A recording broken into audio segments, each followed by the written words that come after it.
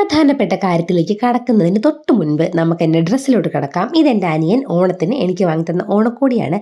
അപ്പുറത്തെ കണ്ണാടിയിലും ഇപ്പുറത്തെ കണ്ണാടിയിലും മാറി മാറി നിന്ന് വീഡിയോ എടുത്തുകൊണ്ട് ഞാനിത് എങ്ങോട്ടാ വേറെ എങ്ങോട്ടുമല്ല, നമ്മളിന്ന് ഓണാഘോഷം കാണാൻ പോവാണ്. നമ്മൾ ഇതുവരെ പോയിട്ടുണ്ടായിരുന്നില്ല.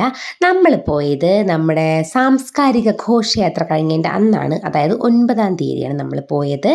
നമ്മൾ ആ ഘോഷയാത്ര സമയത്ത് പോയില്ല, കാരണം അപ്പം ഭയങ്കര തിരക്കായിരിക്കും.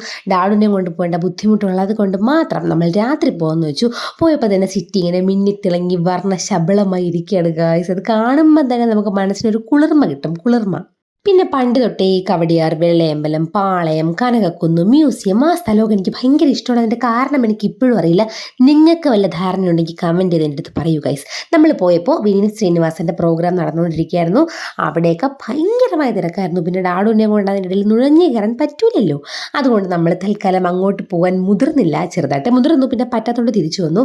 പിന്നെ അങ്ങനെ കാഴ്ചകളൊക്കെ കണ്ട് നിൽക്കുമായിരുന്നു. കിട്ടുവാണ് വീഡിയോഗ്രാഫർ. പിന്നെ ഡാഡുവിന് അവിടെ കണ്ടൊരു ബലൂൺ വേണമെന്ന് അവൻ പറഞ്ഞത് കൊണ്ട് നമ്മൾ അവൻ ബലൂണൊക്കെ വാങ്ങിച്ചു കൊടുത്തു. പിന്നെ അച്ഛനും മോനും കൂടെ അവിടെ നിൽക്കുമായിരുന്നു. ഡാഡു അവിടെ മൊത്തം ഓടി നടന്ന് വൻ ബഹളമായിരുന്നു. പിന്നെ അതൊക്കെ ഒരു സന്തോഷമാണല്ലോ. ലാസ്റ്റ് ഡേ ആയതുകൊണ്ടായിരിക്കും നല്ല തിരക്കായിരുന്നു. അത് പിന്നെ ഞാൻ പറയേണ്ട ആവശ്യമില്ലല്ലോ. അങ്ങനെ നമ്മൾ അവിടെ കൂടെയൊക്കെ ഇങ്ങനെ പാരാൻ നടന്നു. ഡാഡു അവന് പറ്റും പോലെ അത്രയും അവിടെ കിടന്ന് ഓടി മറിഞ്ഞ് സീനായിരുന്നു. അതായത് അവൻ്റെ രീതിയിൽ എൻജോയ് ചെയ്തുകൊണ്ടിരിക്കുകയായിരുന്നു. അങ്ങനെ കളിച്ച് തളർന്നതേ വണ്ടിയിൽ വന്നിരുന്ന് വിശ്രമിക്കുന്ന ഡാഡുവാണത്. ഇങ്ങനെ വെട്ടവും വെളിച്ചവും ലൈറ്റും പാട്ടും ഒക്കെ കേട്ട് നമ്മുടെ സിറ്റിയിൽ കൂടെ പോകുമ്പോൾ ഒരു ഫീൽ, അതെനിക്ക് ഭയങ്കര ഇഷ്ടമാണ്. പിന്നെ കടലൊക്കെ കഴിച്ചിട്ട് നമ്മൾ നേരെ സംസമിൽ പോയി. അപ്പോഴേക്കും ഡാഡു അവൻ്റെ തനി സ്വഭാവം പുറത്തെടുത്തു.